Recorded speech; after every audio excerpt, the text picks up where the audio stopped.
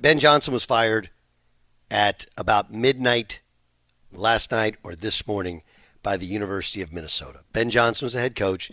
He's young. He was an assistant at Xavier. At the time, it was a surprising hire. He's a Minnesota alum. He played basketball at Minnesota. He was only assistant, took over a Big Ten job. And again, look, you probably hired him to save money when they couldn't get their initial guys they wanted to hire when Richard Pitino left, went to New Mexico. And so they hired Ben Johnson.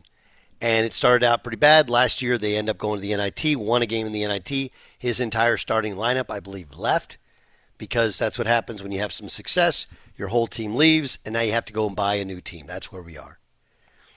I am not making a comment about whether or not Ben should have kept his job, okay? Because I don't know any of the particulars other than they probably didn't win enough. And college head coaches, and look, I don't make a lot of money as a college head coach, but whatever I make, it's plenty. It's plenty. So you shouldn't feel bad for me if in 4 or 5 years, it doesn't work out, and my boss Josh Moon walks down the hallway and says, "Hey, let's sit down, let's talk about it, etc., etc." But there's a right way and a wrong way to do something.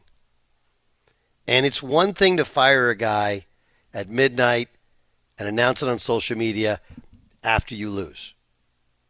It's a whole other thing when it's also an alum of the school that he represents. That doesn't mean he can't be fired. That doesn't mean you're not within your rights to fire him. But again, there's a right way and there's a wrong way. Why can't you call him in this morning and say, "Hey man, we're gonna let you go, but we want to give you a couple hours to call your coaches, to call your support staff, to have a team meeting, okay, to make sure everybody knows the process of what's taking place. And then why don't we come back at noon, we'll grab some lunch, we'll sign some papers, we'll shake hands like men, and we'll be on our way." And look, again, I have nothing bad to say about Minnesota or their athletic director or anything. Again, and I don't know the particulars of why it was done when it was done. I don't care. Okay, Mark Coyle is their AD.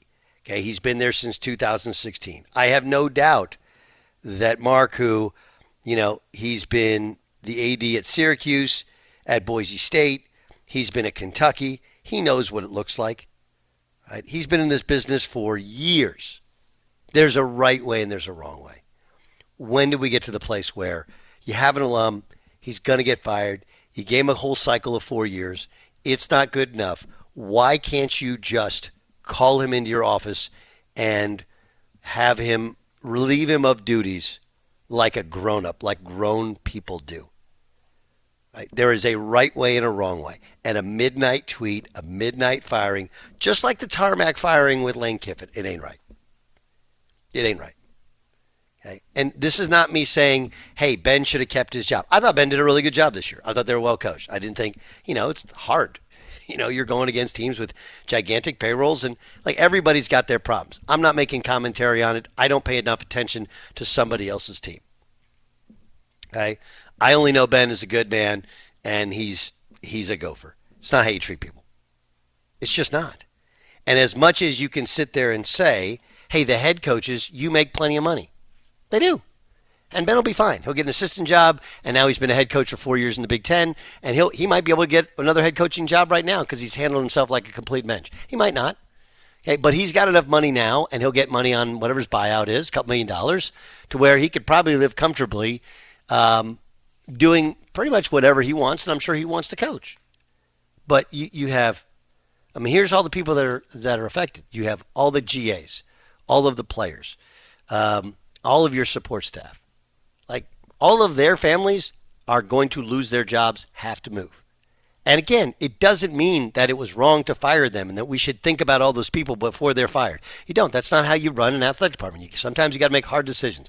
I got to make some hard decisions as well.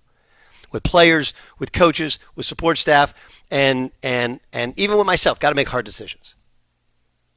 But in the middle of the night, when the guy's an alum, you're not firing for cause. He didn't get a DUI. He didn't beat up a woman. There's no nonsense. They're not. Clem Houskins the type of cheating they were doing back in the day, right? But they did go to a Final Four. So people are like, Clem, not bad. Like, look, that one you can do in the middle of the night. That one you can do in the middle of the night. This one, in honor of John Feinstein, who did not suffer fools, that's not the right way to do it. And I think everybody knows it. And the more adults act this way, we shouldn't be surprised when players don't even tell their coach, hey, I'm going to the portal. They just put in the portal, you find out on social media. When players don't do things the right way, you're like, oh, well, they're kids. No, what they are is they see how everybody else acts and they react as such.